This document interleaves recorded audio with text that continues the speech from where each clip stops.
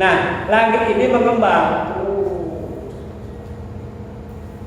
Hasil penelitian pengetahuan, ilmu pengetahuan, terlihatlah bintang terjauh dari bumi menggunakan alat yang luar biasa canggihnya. Itu ditangkap, jaraknya itu hitungan kasar. Itu kurang lebih sekitar 13 miliar kecepatan cahaya. Hitung aja 13 miliar. Kalau 1 detiknya saja, 1 detiknya yang 300 km, 1 menit sudah berapa? 1 jam berapa? Sehari berapa? Terus gitu. Ini 13 miliar tahun baru ketemu tuh ujung bintang. Sampai bintang apa saya lupa? Ada. Coba kita sering gitu Pak, baca Pak, nonton apa? Diskotek di channel coba nonton kali-kali. Yang nontonnya kayak kamu deh. Buka itu buat cakrawala, membukti bahwa apa itu memang benar-benar fakta, real, terjawab. Ya, kita kadang-kadang karena baru kenal bumi doang, jadi kayak terkadang dalam tempurung. Karena lagi ribut, lagi rame nih. Masalah apa? Bumi datar, ribut deh. Bumi itu datar, bukan bulat, kan gitu kan? Lagi rame nih. Ada yang nanya, kalau bumi itu datar, bagaimana teori gerhananya? Ayo. Bingung lagi, mesti jawab. Karena berdasarkan dia bilang bumi itu dihamparkan dengan hambar itu rata, kan gitu. Berdasarkan itu, makanya mengatakan bumi itu tidak datar, kafir karena mencari Tuhan. Sampai sejauh itu Pak justifikasinya. Padahal dia sendiri belum bisa meneliti. Ditanya balik, karena ujung kalau datar ini datar nih, ujungnya ini adalah Antartika, apa batu es kan gitu kan, bukit es. Itu masih perdebatan. Matahari kecil, jadi matahari berkeliling, makanya selalu siang dan malam itu nggak bakal bisa ketemu. Itu dibuktikan. Ada simulasinya. Saya lihat. Nah, pertanyaannya bagaimana dengan terjadi gerhana kalau begitu kondisinya? Karena di sini digambarkan matahari lebih kecil daripada bumi, gitu. Terus gimana gerhana? Bulan di mana posisinya? Dan itu sudah sekarang masih perdebatan. Masih perdebatan. Lah kita nggak masuk ke sananya, ya. Kita nggak masuk ke sananya. Ya kita akan bahas nanti nih. Wa ilal ardi kaifa sutihat, dan bagaimana bumi itu belum ya, belum itu ya. Wa ilal jibali kaifa nusibat, dan bagaimana gunung-gunung itu ditegakkan. Dikatakan bumi itu sebagai pasang, sebagai tiang, sebagai paku. Allah dulu menciptakan bumi ini goyang Pak, bergeser. Sekarang kan lempeng bumi kan, geser. Nah akhirnya Allah tancapkan gunung-gunung itu sebagai pasang, sebagai paku. Nah, sejak adanya gunung-gunung itu maka bumi jadi stabil. Dulu ketika bumi diciptakan itu geser terus, lempeng. Kita kan lempeng tanah itu bagus. Maka setiap kali terjadi letusan gunung berapi, goyang kan? Sama nih, rekam nih. Kalau ada pakunya, goyang nggak? Goyang apa Ben? Woi, bengong. Bikin apa? Tenang, lu gajian. Ini meja kalau di paku goyang. Supaya nggak goyang maka ditarik paku. Bumi pun sama, ya. Nah, gunung-gunung itulah menjadi pakunya bumi. Namun berapa banyak paku yang rusak? Oh, ditebang-tebang gitu. Semua alat rusak. Makanya ada banyak kena seperti kita juga. Benar kata Allah kan? Zaharal fasad fil bari wal bahri bima kasabat aydin nas.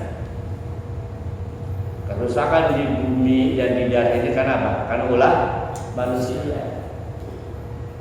Jadi kita jawab dia nggak tahu, akhirnya mereka merasakan tuh akibat perbuatan yang lain. Makanya yang nembak orang, yang dapat kena bencana orang lain kan gitu Pak.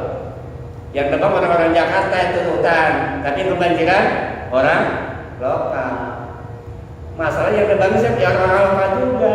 Oh ini kayu lu gue beli kan gitu kan? Yang nembak siapa? Penduduk pribumi juga ya. Dan dia mah di sana bayar doang. sama-sama merusak. Terjadilah longsor, banjir, kan gitu kan? Zalim. Bukan cuma alam, badan pun sama. Badan ini rusak, alam ini rusak, badan rusak karena ulah kita. Waktunya berhenti makan, lu masih makan deh. Jadi penyakit. Kita nggak boleh zalim pada diri sendiri. Ketika lapar, waktunya tubuh ini makan, kasih makan itu lambung kasihan. Woi, makanan woi, kenapa gitu kan? Kalau kita nggak kasih, jadi sakit. Kata organ tubuh udah cukup, udah nggak kuat istirahat dulu, masih dimpanin terus. Ada penyakit gula, kan gitu. Jadi badan ini rusak karena apa? Kita zalim sama kita sendiri. Allah sudah bilang, zaral fasad gerbang bapak maka sahabat kerusakan kita punya alam, kerusakan kita punya badan, kerusakan kita punya lingkungan bukan karena ulah orang lain, tapi ulah diri kita sendiri. Makanya kalau anda sakit jangan salahkan nasi. Oh, gara-gara nasi bukan gula lah, nasi mah gak ada salahnya. Gara-gara kambing nih kok nggak boleh bang? Kambing mah gak ada salahnya. Nah lu kan gitu kan? Yang lucu, bangun tidur, sakit, kok perlu salah bantal disalahin. Leher yang sakit, bantal yang disalahin, kan kita begitu. Angin duduk, kata-kata angin duduk, angin duduknya di mana itu dia bisa mati, angin duduk. Nah seringkali kita menyalahkan orang lain, kenapa? Kita tidak bisa menerima, itu akibat perbuatan kita sendiri. Dan terakhir kata Allah, wa ilal ardi kaifa sutihat, dan lihatlah bagaimana bumi dihampakan. Bumi yang tadinya begitu goyang dan sebagainya itu diberi tenang. Kita ini nggak berasa Pak. Sebenarnya bumi ini kan berputar. Kita mengenal adanya namanya rotasi bumi, ada revolusi bumi. Rotasi bumi itu adalah bumi berputar pada poros kita muter sebenarnya nih. Muter. Saking cepatnya putaran kita sampai nggak jatuh karena adanya gravitasi. Contoh, nih ada Bapak tahu tarik ini yang padang. Kenapa nggak jatuh Pak? Apa di bagian lain nggak? Oh iya orang padang. Jadi di bagian lain nggak? Kenapa nggak bisa jatuh? Kenapa bisa nggak jatuh? Karena cepat. Dia nggak jatuh. Itulah yang terjadi bumi ini saking cepatnya berputar, maka kita nggak mentah. Saking cepatnya maka menunjukkan medan magnet, ada gravitasi. Bumi berputar pada porosnya sendiri. Akibat berputar pada porosnya sendiri maka terjadilah siang dan malam. Jadi dulu kita berpikiran bahwa matahari yang berjalan. Pagi hari matahari sudah sono, kan gitu kan di barat, sore di sono. Seolah-olah matahari yang berjalan, padahal bukan matahari yang berjalan, tapi bumi lah yang berputar. Logika begini, ini bumi ini kita di sini, itu matahari tuh, ya kan? Matahari. Kita begini muter nih bumi ini, bumi yang muter. Matahari tetap di sono,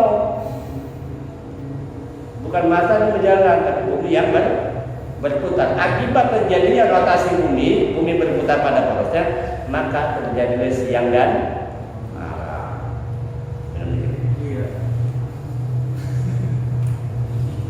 Nah, ini salah satunya nih. Yang kedua, bumi itu selain dia berrotasi pada porosnya, dia berevolusi. Apa revolusi? Revolusi itu adalah benda planet mengelilingi matahari. Sedangkan revolusi bumi ini mengelilingi matahari. Selain dia berputar pada porosnya, dia pun mengelilingi matahari. Akibat bumi mengelilingi matahari, salah satu akibatnya adalah terjadinya pergantian musim. Kan bentuk bumi itu kan nggak simetris segini Pak. Dia jadinya sekian derajat, 3,4 derajat. Makanya ketika bumi sedang dekat dengan matahari itu jadi musim panas. Tapi dia putar begini nih, balik. Dia begini aja bumi nih, putarnya. Susah saya gambarin nih ya. Ketika bumi jauh dari matahari, dia akan terjadi musim dingin. Karena garis edan bumi itu nggak bulat, tapi dia ekliptika, agak lonjong Pak. agak lonjong. Ini matahari nih, ini bumi berputar. Dia nggak begini, nggak bulat, tapi dia agak lonjong, eliptika namanya. Ekliptika. Ketika dia dekat dengan matahari, maka terjadi musim panas. Ya, yang di utara ini musim panas, di Eropa musim panas, di Australia musim dingin. Karena bumi ini nggak begini, dia akan miring. Oke, terus begini muter nih. Nanti dia akan muter gini, balik begini muternya. Nah sekarang yang di Australia musim panas, di utara musim, di Eropa musim dingin. Begitu terus.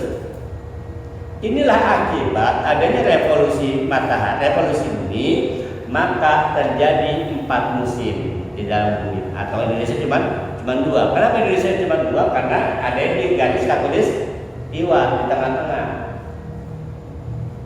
Apa saya ngomongin ya? Tadi emang harus paham, Pak.